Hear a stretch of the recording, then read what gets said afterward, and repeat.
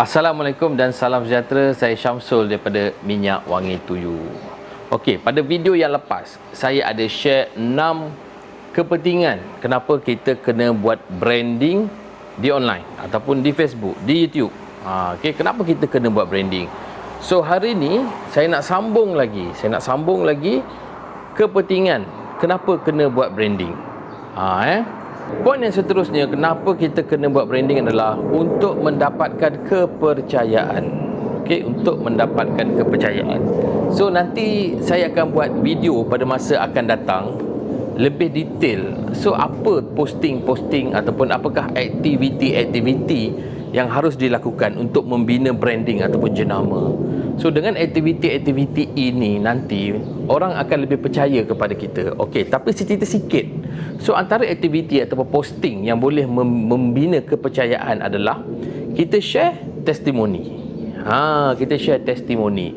Kita share result survey. Kita buat temu ramah eksklusif. Ataupun kita buat temu ramah kepada macam kita buat blind test, kita buat survey di pasaraya, di kedai kita, di premis kita, ataupun kita buat Google Form. So itu adalah aktiviti yang menaikkan branding yang akan memberi kepercayaan kepada produk kita ataupun jenama kita. Okey, itu satu lagi poin. Kenapa kita kena buat branding adalah untuk memastikan jenama kita akan melekat di minda pelanggan ataupun prospek kita. Okey, dengan posting-posting yang betul, menarik, so orang akan ingat. Poin yang seterusnya, kenapa kita harus buat branding adalah kita nak brand kita melekat di minda orang. Okey, dengan posting-posting ataupun konten-konten yang betul, orang akan mudah ingat brand kita. Contohnya adalah kita buat satu cerita komedi. Okey, kita buat satu cerita komedi ataupun kita buat drama komedi, kan? Ataupun kita buat macam sekarang ni kan banyak YouTuber ataupun kita buat influencer, kan? Kita boleh gunakan mereka ni untuk promote kita punya produk. Kita buat satu cerita drama pendek yang ada produk kita di dalam. So insya-Allah mudah nak ingat. Okey, tujuan dia kita buat branding adalah mudah nak ingat. Itu adalah satu cara macam mana nak bagi orang ingat. Macam saya kata tadi, next video akan datang saya akan cerita apa langkahnya untuk naikkan brand. Tapi video ini saya cerita dahulu kenapa kita kena naikkan branding. Sebab kita nak buat orang ingat. Okey, next, apa kepentingan? Apa lagi poin penting yang kita wajib buat branding? Apa tujuan dia? Apabila brand kita naik, kita naikkan branding kita boleh naikkan harga, kita boleh pegang harga. Okey. So, kalau kita tengok banyak jenama-jenama antarabangsa ataupun jenama-jenama di Malaysia ni yang ada jenama, kalau perasan harga mereka mahal. Okey, dekat sini mereka bukan saja jual kualiti produk, tetapi mereka juga jual brand. So bila orang tanya, kenapa aku mesti beli barang yang harga 300? Contoh dalam bidang perfume, kenapa nak beli perfume yang harga 500? Kenapa tak nak beli perfume yang murah?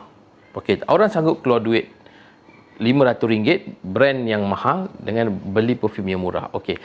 Kalau ikutkan beli perfume murah, dia akan dapat bau macam tu, perfume mahal pun macam tu. Okey. Tetapi apabila kita beli dengan harga 500, sebenarnya kita membeli juga brand itu.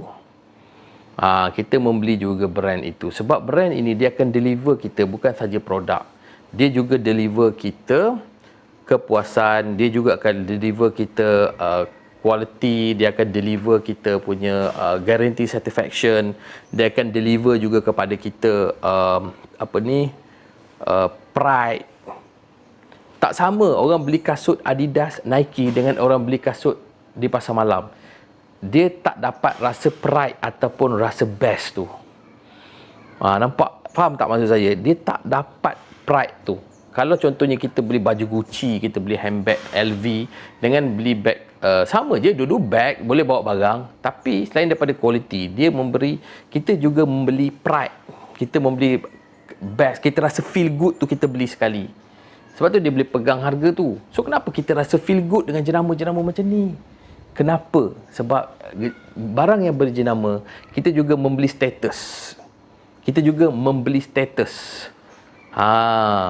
bayar mahal, kita bukan hanya beli barang, kualiti barang itu saja, kita beli pride dan juga kita beli status. Barang tu glamour kot. Kita beli juga kepopularitian dia.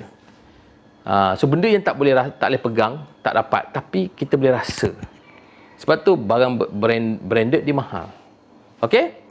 Dapat. Next, apa lagi poin penting kenapa kita kena naikkan branding? Satu lagi adalah kita naikkan nilai syarikat. Okey. Pernah dengar tak jenama ni ada harga? Nike harga dia berapa? Coca-Cola harga dia berapa? Orang sanggup bayar untuk jenama tu. Contohlah kan, saya pernah jumpa ada satu kedai makan. Okey, tukar pihak pengurusan, tapi owner tu keluar, tapi orang tu nak beli brand tu. Ataupun dia boleh tak tinggalkan signboard ni kat sini. Dan dia sanggup bayar. Dia sanggup bayar. So dia, brand ni ada nilai. So semakin popular satu brand tu, dia boleh diukur dengan duit. Dia boleh diukur dengan duit. Even orang, contohnya lah, apa lagi bila kita sebut satu jenama, contohlah kalau di Kuantan ni kita sebut satu kedai makan yang terkenal lah, contohnya Ana Ikan Bakar lah kalau kat Kuantan ni, satu kedai seafood yang terkenal. So kalaulah seseorang ingin membeli kedai tu, selain daripada profit yang ada, tapi Ana Ikan Bakar tu dia dah popular, so dia dah ada nilai, dia boleh demand. Tukang orang yang owner tu dia boleh demand nama kedai tu. Dia boleh demand kedai tu. Kedai aku glamour. Okey, kau nak beli dengan nilai contoh 200,000. Tapi sebab kedai aku dah glamour, dah well known, brand aku gah, orang percaya, taste aku sedap. So mungkin dia boleh up sampai 300,000, 400,000. Okey, dan yang poin yang terakhir saya nak share hari ini adalah berkaitan dengan branding. Kenapa kita kena buat branding adalah untuk menjadikan bisnes kita bertahan lama. Untuk menjadikan bisnes kita bertahan lama. Of course, bila kita naikkan branding, kita akan lebih popular, kita dapat kepercayaan, orang puas hati dengan bisnes kita, servis kita. So, bisnes kita lebih bertahan lah, customer akan lebih ramai, dan bisnes kita akan bertahan. Okay, so di situ saya ceritakan sedikit lah, lebih kurang 5 poin, 6 poin kenapa kita kena buat branding. Branding ni bukan saja nak bagi kita popular, tetapi branding juga adalah menjual kepercayaan. Branding juga adalah bukan saja untuk menjadikan bisnes kita popular, tapi juga branding adalah kerja-kerja menjual pengalaman. Dan juga kerja-kerja untuk menaikkan credibility. Sampai di sini saja untuk video kali ini. So saya harap video ini memberi manfaat kepada anda untuk anda melakukan kerja-kerja bisnes, dan insya-Allah akan datang saya akan ceritakan pula apakah kerja-kerja yang dilakukan untuk buat branding. Ramai orang dia tahu apa peranan branding, nak buat ni, tapi kerja macam mana yang nak buat branding, nak naikkan branding ni? Kerja-kerja apa? Apa kerja-kerja dia? So insyaAllah saya akan list down kan apakah kerja-kerja yang boleh dilakukan untuk naikkan branding. Dan last, jika anda berminat nak bisnes perfume ataupun nak buat perfume jenama anda sendiri, boleh hubungi saya, Syamsul Rizal dari Minyak Wangi Tuju. Assalamualaikum, bye-bye.